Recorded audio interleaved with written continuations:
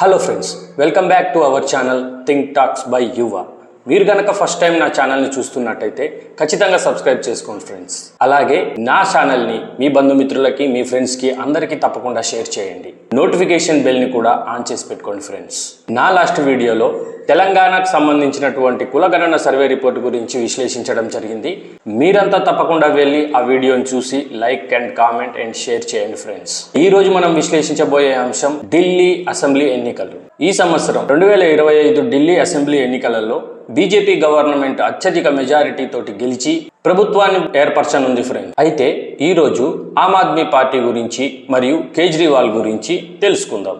2013కు ముందు ఢిల్లీకి సంబంధించినటువంటి రాజకీయాలలో ఆమ్ ఆద్మీ పార్టీ అంటే కేజ్రీవాల్ ఒక పెద్ద సునామీ సృష్టించాడు ఫ్రెండ్స్. 2013 వరకు ఢిల్లీ ప్రజలు ఎదుర్కొన్నటువంటి కుంభకోణాలు, అవినీతి, రాజకీయాలు వీటితోటి విసిగెత్తిపోయి కొత్త ప్రభుత్వాలు, కొత్త నాయకుల కోసం ఎదురు చూస్తున్న సమయంలో కేజ్రీవాల్ అనే కొత్త నాయకుడు వెలుగులోకి వచ్చాడు. ఇతను ముందు ఒక మిడిల్ క్లాస్ వ్యక్తి.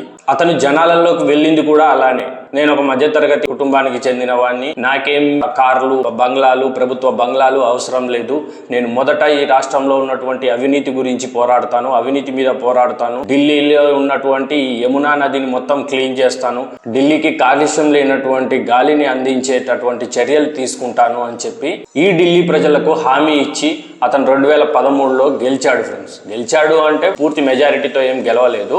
హంగ్ గవర్నమెంట్ ఏర్పడింది. అంటే వేరే పార్టీతో చేతులు కలిపి 2013లో కేజ్రీవాల్ అనే అతను సీఎం అయ్యాడు అనమాట. సీఎం అయిన తర్వాత అతను ఇచ్చినటువంటి హామీలు కానివ్వండి, అతను పెట్టుకున్నటువంటి మెయిన్ ఎజెండాలు ఏవైతే ప్రజలకు ప్రామిస్ చేశాడో వాటిని నిలబెట్టుకోవటంలో విఫలమయ్యాడు ఫ్రెండ్స్.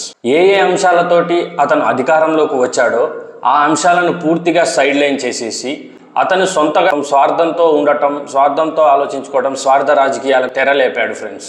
అంతేకాకుండా అతని ఆమ్ ఆద్మీ పార్టీలో ఉన్నటువంటి నాయకులు పూర్వం ఉన్నటువంటి ప్రభుత్వాల కుంభకోణాలు, అవినీతి ఎండగట్టి మరీ అధికారంలోకి వచ్చాయో ఆ నాయకులే మళ్ళీ కుంభకోణాలలో ఇరుక్కోవడం, కుంభకోణాలు, అవినీతి చేయటము, షీట్స్ మహల్ అని చెప్పేసి పెద్ద పెద్ద బంగ్లాలు కట్టుకొని దాంట్లో ఉండి ఎవరైతే ఏ కేజ్రీవాల్ అయితే నాకు ప్రభుత్వ బంగ్లాలు వద్దు, ప్రభుత్వ కార్లు వద్దు, ప్రభుత్వ ఫెసిలిటీస్ ఏమీ వద్దు, సౌకర్యాలు వద్దు, నేను మిడిల్ క్లాస్ వ్యక్తిని, నేను మిడిల్ క్లాస్ జనాలతోనే ఉంటానని చెప్పేసి ప్రామిస్ చేసి అధికారంలోకి వచ్చాడో తర్వాత అతను 40 కోట్లకు పైన ఉన్నటువంటి ఈ షీట్స్ మహల్ అనేది కట్టుకొని ఒక కట్టనికి 60 లక్షలు ఖర్చు పెట్టేసి టాయిలెట్కి 90 లక్షలు, ఇంత జనాల సొమ్ముని ఇంతలా వృధా చేసేసి అలానే లిక్కర్ కుంభకోణంలో ఇరుక్కోవడం, జైలుకి వెళ్ళటం, కొన్ని రోజుల తర్వాత బెయిల్ మీద బయటికి రావటం మనకు తెలుసు ఫ్రెండ్స్.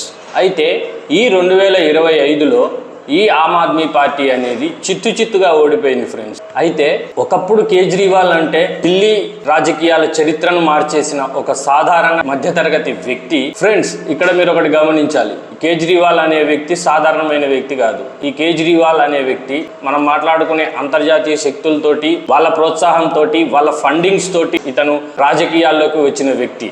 ఈ అంతర్జాతీయ శక్తుల యొక్క ముఖ్య ఉద్దేశం ఏంటంటే కేజ్రీవాల్ని ఢిల్లీ సీఎం కాదు, కేజ్రీవాల్ని ప్రధానమంత్రిగా చేయాలని చెప్పేసి వీరు పథకం ప్రకారం ప్లాన్ చేసుకొని కేజ్రీవాల్ను మొదట సీఎంగా చేశారు ఫ్రెండ్స్.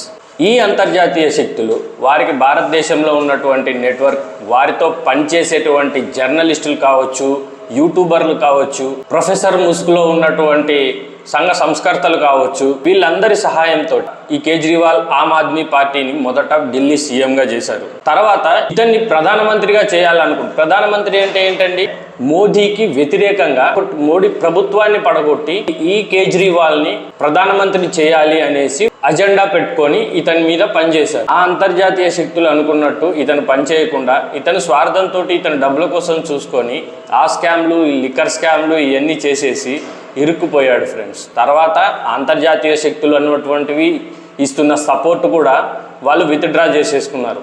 అతను నేర నిరూపణ జరిగి అతను జైలుకి వెళ్ళటము, బయటికి బెయిల్ మీద రావటము, తర్వాత వచ్చేసి ఈ 2025లో చిత్తుగా ఓడిపోవటం జరిగింది ఫ్రెండ్స్. కేజ్రీవాల్ బలమైన నాయకుడు కాదు, అంత బలమైనటువంటి వ్యక్తి కాదు. అతను ఇచ్చినటువంటి చాలా ఇంటర్వ్యూలు, చాలా పాడ్కాస్ట్లు, చాలా యూట్యూబ్లలో ఉన్నటువంటి ఇంటర్వ్యూలు, వీటన్నిటిలో రా ఫుటేజ్ అనేది చాలా లీక్ అయ్యాయి ఫ్రెండ్స్. అతను ఒక పెద్ద నటనకారి, చాలా డ్రామా వ్యక్తి. అందుకే 2025లో ఢిల్లీ ప్రజల చిత్తుగా అతన్ని ఓడించి తగిన గుణపాఠం నేర్పించారు ఫ్రెండ్. ఇది కేజ్రీవాల్ యొక్క నిజ స్వరూపం. ఢిల్లీ ఎన్నికల గురించి, దీని రిజల్ట్స్ గురించి చాలా మంది చాలా వీడియోలు చేసి ఉంటారు.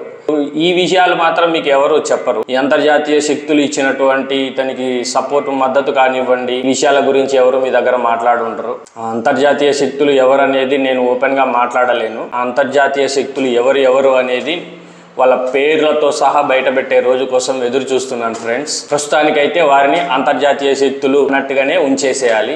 వారి గురించి విపులంగా, అంతర్జాతీయ శక్తులు అనేది మన భారతదేశంలో 90% వాళ్ళ ఇన్ఫ్లుయెన్స్ ఉంది ఫ్రెండ్స్. 90% భారతదేశంలో ఉన్నటువంటి చట్టాలు కానివ్వండి, భారతదేశంలో ఉన్నటువంటి సంస్థలు కానివ్వండి, భారతదేశానికి సంబంధించిన ప్రతిదీ, క్రీడా రంగంతో పోల్చుకుంటే ఆధ్యాత్మిక రంగం, పాలిటిక్స్ సిస్టంలో మొత్తం ప్రభుత్వాలు మొత్తం వాళ్ళ పరిధిలో ఉన్నాయి ఫ్రెండ్స్. 90% భారతదేశంలో ఉన్నటువంటి, భారతదేశం కాదు ప్రపంచంలో ఉన్నటువంటి ఏ దేశంలో చూసినా కానీ 90% ఆ అంతర్జాతీయ శక్తుల మీదనే నడుస్తుంటాయి ఫ్రెండ్స్. వాళ్ళు చెప్పినట్టు, వాళ్ళు ఇచ్చిన సపోర్ట్ ప్రకారమే జరుగుతూ ఉంటుంది ఫ్రెండ్స్. సో ఇది ఫ్రెండ్స్ ఈరోజు విశ్లేషణ. మీ అందరికీ నచ్చి ఉంటే please like, share and comment and subscribe. అందరికీ షేర్ చేయండి నా ఛానల్ని. మళ్ళీ ఒక మంచి వీడియోతో మళ్ళీ కలుద్దాం.